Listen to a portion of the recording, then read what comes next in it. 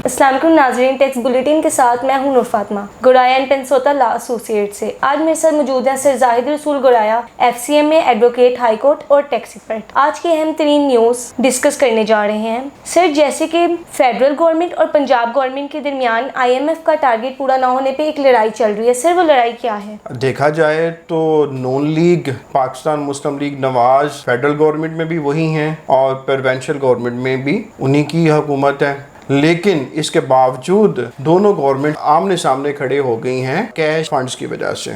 IMF हम सबको पता है वो हमें कुछ कंडीशंस लगाता है और फिर ये अपना प्रोग्राम हमें देता है। उन्होंने कंडीशंस लगाई हुई थी कि जो माली साल फिस्कल ईयर 2025 है, जो 30 जून 2025 को एंड हुआ, I mean to say that, उसमें उन्होंने कहा था कि जो सूबे हैं ऑल 4 प्रोविंसेस, वो अपना उनका जो कैश सरप्लस होगा वो 1.2 ट्रिलियन या 1200 अरब रुपए होना चाहिए। लेकिन जो सूबे हैं, जो प्रोविंसेस हैं पाकिस्तान के, वो इसमें बैडली फेल हो गए हैं और ये फेलवर में सबसे बड़ा जो कंट्रीब्यूटरी है वो है पंजाब, क्योंकि जो पंजाब को जो टारगेट दिया गया था कि आपका कैश सरप्लस इतना होना चाहिए, इसने उससे 45% कम कैश सरप्लस शो करवाया। दूसरे नंबर पर जो परफॉर्मेंस बैड आई है वो सिंध की है, लेकिन सिंध की आप इतनी बैड कह नहीं सकते क्योंकि वो उन्होंने अपने टारगेट को मिस किया है बाय ओनली 5%। नेक्स्ट जिसकी परफॉर्मेंस है वो है KPK ने जस्ट 2 बिलियन रुपीस से अपने टारगेट को मिस किया, जो कि 1% से भी शायद नीचे चला जाता है। लेकिन परफॉर्मेंस जो है बलूचिस्तान की अप्रिशिएबल है कि जो उनको टारगेट दिया गया कि आपका कैश सरप्लस जितना होना चाहिए, उन्होंने उससे ज्यादा कैश सरप्लस दिखाया। 3 बिलियन रुपीस का उन्होंने एक्स्ट्रा दिखाया, तो उनकी परफॉर्मेंस अच्छी रही। पंजाब की परफॉर्मेंस इतनी बैड आई तो फेडरल गवर्नमेंट ने पूछा कि आपने ऐसा क्यों किया है, तो पंजाब ने उल्टा फेडरल को लिख दिया कि NFC अवार्ड्स के मुताबिक आपने जो टैक्सेस हमें देने थे, पार्ट ऑफ टैक्सेस हमें देने थे, वो आपने नहीं दिए, इसलिए हमारा कैश सरप्लस जो है वो कम आया 45% से। तो फिर फेडरेशन की वहाँ पे पोजीशन थी, उन्होंने कहा ये सारा तो हमने सिंध को उस तरह नहीं हम शेयर कर सके, हम KPK को भी नहीं उस तरह दे सके और हम बलूचिस्तान को भी नहीं दे सके, उनकी परफॉर्मेंस तो फिर भी ठीक है। तो फिर जब चीज़ों को देखा गया तो पता चल रहा है कि पंजाब ने डेवलपमेंट के ऊपर ओवर स्पेंडिंग की, जिसकी वजह से टारगेट है वो 45% से पीछे चला गया। तो इससे अब देखते हैं कि आप आपस में बैठ तो जाएंगे PMLN, लेकिन फाइनेंस डिवीजन जो है इस वजह से परेशान है और IMF की कंडीशंस को ना मीट करना अलार्मिंग है कि आपका सारा कुछ जो है वो थ्रू IMF ही चल रहा है। सर, जैसे कि वज़ीर-ए-आज़म शहबाज शरीफ का पराल को 6 महीने में खत्म करने का हुक्म आया, तो सर इससे टैक्स के निज़ाम में क्या बेहतरी आएगी या मज़ीद मुश्किलात का सामना करना पड़ेगा? हमारे नाज़रीन को पराल के बारे में जानना बहुत ज़रूरी है। पराल पाकिस्तान रेवेन्यू ऑटोमेशन लिमिटेड एक प्राइवेट लिमिटेड कंपनी है जो कि होली ओन्ड बाय FBR है। FBR ने इसको क्यों बनाया था कि सो डैट कि जो FBR का सॉफ्टवेयर है जो इंटरफेस प्रोवाइड करता है, कनेक्शन प्रोवाइड करता है between tax payer and FBR, वो थ्रू पराल हो रहा है। अब पराल जो एक्सपेक्टेशंस हैं वो उसको मीट नहीं कर पा रहा, तो at sudden prime minister of Pakistan order to disband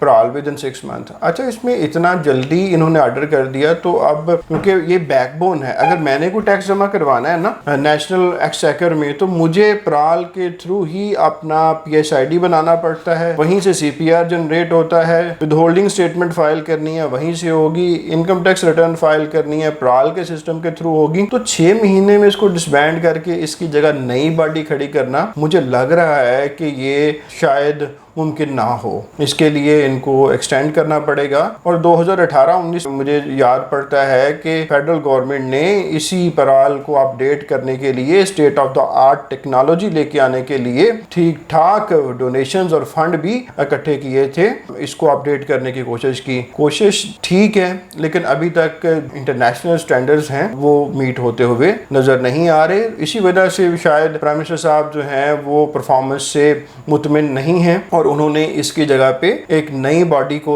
obviously खड़ा करेंगे। अब देखते हैं कि वो कैसे आती है और इतनी जल्दी में ये कैसे मुमकिन होता है। सर जैसे कि रिक्रिएशनल क्लब पे टैक्स लगाया गया, तो सर वो क्या है? अच्छा, बहुत से क्लब्स ऐसे हैं हमारे लाहौर में भी जिन्होंने हम सेक्शन 2 और उसकी क्लास जो है वो 36 236 भी हम लोग उसे कहते हैं, tax practitioner, non profit organisation की डेफिनेशन में अपने आप को लेके आते हैं और फिर बाद में सेक्शन 100C की इनकम टैक्स की एग्जाम्पशन ले लेते हैं और टैक्स कोई नहीं पे कर रहे होते, बिकॉज वो कहते हैं जी कि हम लोगों को हेल्थ वगैरह जो है, हमारे क्लब में आते हैं, एक्सरसाइजेज करते हैं, इंटरटेनमेंट करते हैं, अपना माइंड रिफ्रेश हो जाता है, कि हेल्थ बेहतर रहती है, तो इसलिए हम कंट्रीब्यूट कर रहे हैं टुवर्ड द सोसाइटी, तो हम 236 की डेफिनेशन में आ जाते हैं और हमें टैक्स की एग्जाम्पशन दे दी जाए। तो गवर्नमेंट ने एक पोजीशन लिया है कि नहीं, 236 में आप लोग नहीं आएंगे, इनकम अर्न करेंगे आप जो माहाना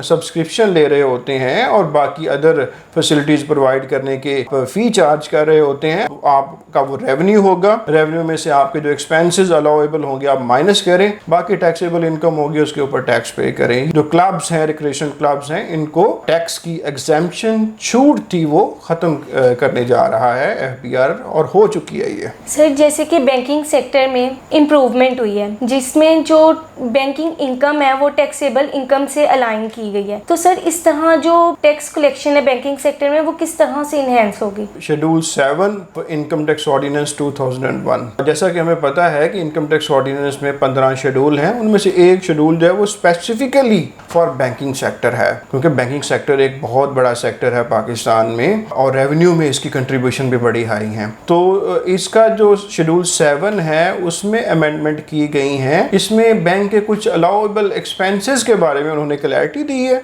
और साथ में जो बैड डेट होते हैं, बैंक से आप लोन लेते हैं, मिसाल के तौर पर मिस्टर ए बैंक से लोन लेता है, मिस्टर बी लेता है, सी लेता है, हो सकता है इन तीनों में से कोई एक बंदा वापस ना करे, तो वो बैंक के बैड डेट्स हो जाएंगे। अब बैड डेट्स जो हैं वो इन्होंने कहा है कि अमेंडमेंट्स के थ्रू अब कि बैड डेट्स हम इसी तरह नहीं मान लेंगे आपके कि आप कहते जाएं और हम मानते जाएं। Aldous state bank of Pakistan बैठा हुआ है, लेकिन हम आपको एक एक्सटर्नल ऑडिट की प्रोविजन भी ऐड करते हैं, जो आपके बैड डेट्स आप क्लेम करते हैं उनका भी आप एक्सटर्नली स्पेसिफिकली ऑडिट करवाएं। पहले भी ऑडिट हो रहा था, लेकिन अब उन्होंने थोड़ा उसको शिद्दत के साथ कहा है, स्पेसिफिकली कहा है कि उसको आप ऑडिट करवाएं और फिर हम आपको ये अलाउ करेंगे। इसमें ये होगा कि जो डिस्क्रिपेंसीज हैं वो कम हो जाएंगी और जो बैंक की एक्चुअल इनकम है और जो टैक्सेबल इनकम है वो क्लोज हो जाएंगी, करीब तरह आ जाएंगी। सर जैसे कि IT और IT रिलेटेड जो सर्विसेज हैं उन पे 4% विद होल्डिंग टैक्स बरकरार रखने का हुक्म आया है, तो सर इस सेक्टर में एक्सपोर्ट और इन्वेस्टमेंट किस तरह बेहतर होगी? अच्छा, ये थोड़ा सा समझने की जरूरत है कि IT and IT enabled services rendered inside Pakistan are exported from Pakistan. क्या है ये? एक्चुअली एक्सपोर्ट होने जा रहा है, फिर तो नो प्रॉब्लम, वहां पे 0.25% टैक्स है अगर आप पाकिस्तान सॉफ्टवेयर एक्सपोर्ट बोर्ड से रजिस्टर्ड हैं और अदर सर्टेन कंडीशंस को मीट करते हैं। बाहर से जो पैसा आएगा उसका 0.25% आपका बैंकर विद होल्ड करेगा, बाकी आपको दे देगा। 100 रुपया आया, 0.25 रुपया उन्होंने रख लिया, बाकी 99.75 रुपीज आपको दे दिए, आपकी इनकम टैक्स की जिम्मेदारी खत्म है। लेकिन यहाँ पे जो वो समझाना चाह रहे हैं ना, वो ये कहना चाह रहे हैं section 153 of income tax ordinance उसका 1B, उसमें वो ये है कि जैसे I am a teacher, I am a consultant, तो वो क्या है कि मैं जब सर्विसेज दूंगा तो मेरा रिसीवर ऑफ द सर्विसेज मुझे पेमेंट करते हुए अब 15 रुपए होल्ड करेगा ऑन एवरी 100 रुपीज, मीनिंग देर में 15%। पहले ये था 11%, 1 जुलाई से पहले। तो क्या हुआ कि विद होल्डिंग के टैक्सेस में रेट में गवर्नमेंट ने इंक्रीज कर दिया। इजी है ना कि गवर्नमेंट आराम से इनकम अर्न कर लेगी रेट बढ़ा के, तो यही हुआ कि रेट बढ़ा दिया गया मेरा। लेकिन जो IT और IT इनेबल्ड सर्विसेज हैं डोमेस्टिकली प्रोवाइडेड, उनका रेट जो है उन्होंने कहा है कि क्लैरिफिकेशन दिया, ये चेंज नहीं होगा। ये पहले भी 4% था, पहले mean in the previous tax year 2025 that was ended on 30th जून 2025, और ये वाला टैक्स ईयर जिसमें आज हम बैठे हुए हैं tax year 2026 started from 1st of July 2025 and will and on 30th जून 2026। तो इसमें जो विदहोल्ड विदहोल्डिंग होगी, अगर कोई आईटी और आईटी इनेबल्ड सर्विसेज देगा उसकी विदहोल्डिंग का रेट 4% ही रहेगा, उसके रेट को बढ़ाया नहीं गया। सर जैसे कि फेडरल गवर्नमेंट ने डेब्ट सिक्योरिटीज को 6 माह में सेल पे 20% टैक्स लगाया, गेन टैक्स, तो सर इसे लॉन्ग टर्म इन्वेस्टमेंट किस तरह इनहेंस होगी और शॉर्ट टर्म ट्रेडिंग किस तरह डिस्करेज होगी? पहले क्या था कि अगर कैपिटल गेन होता था ना, बेसिकली मैं इसको लेके जाना चाह रहा हूँ दूसरी तरफ कि जो फॉरेन इन्वेस्टर है वो गवर्नमेंट की सिक्योरिटीज में इन्वेस्ट करता है, यहाँ से गेन करता है और जाते हुए 10% टैक्स दे देता है, दे रहा था प्रीवियसली। अब गवर्नमेंट ने कहा है कि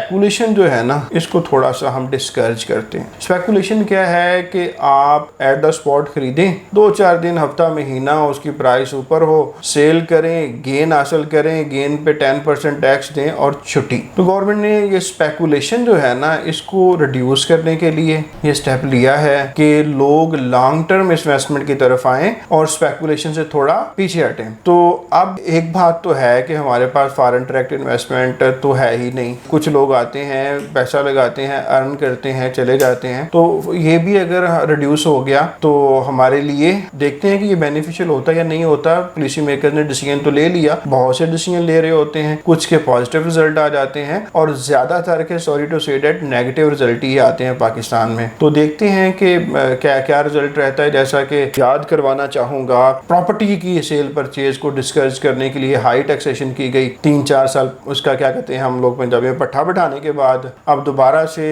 वापस लेके जा रहे हैं कि यार वहीं पे ले दें जहां पहले थे, ताकि क्योंकि बाकी सारी इंडस्ट्रीज के साथ लिंक्ड है तो उनका भी पहिया चले। जैसा कि हमें मुशाहिदे में आया कि जो फैक्ट्रियां सीमेंट बनाने वाली, सपोज करें सीमेंट की बोरी 1000 बना रही थी एक दिन में, अब वो अपनी कैपेसिटी का 52% बना रही है बस। इसी तरह स्टील वाले, इसी तरह बाकी सारे। तो अब इनको समझ आई कि ये तो हम काम खराब कर बैठे हैं, तो अब उसको वापस लेके जा रहे हैं। लेकिन IMF बैठा हुआ है, वो वापस नहीं जाने दे रहा। वो कह रहा है कि नहीं, मैं तो तुम्हें कहता हूँ और लगाओ और तुम कैसे छोड़ दोगे। तो अब ये सर पकड़ के बैठे हुए हैं। लाइक इसमें भी देखते हैं तो चलो छोटा डिसीजन है, वो एक बहुत बड़ा डिसीजन था। जी मिस आगे। जी तो नाजरीन, ये थी आज की अहम तरीन खबरें। मजीद इस तरह की न्यूज़ के लिए DMH न्यूज़ और गुरायन पंसोता के साथ जुड़े रहें। अल्लाह निगहबान।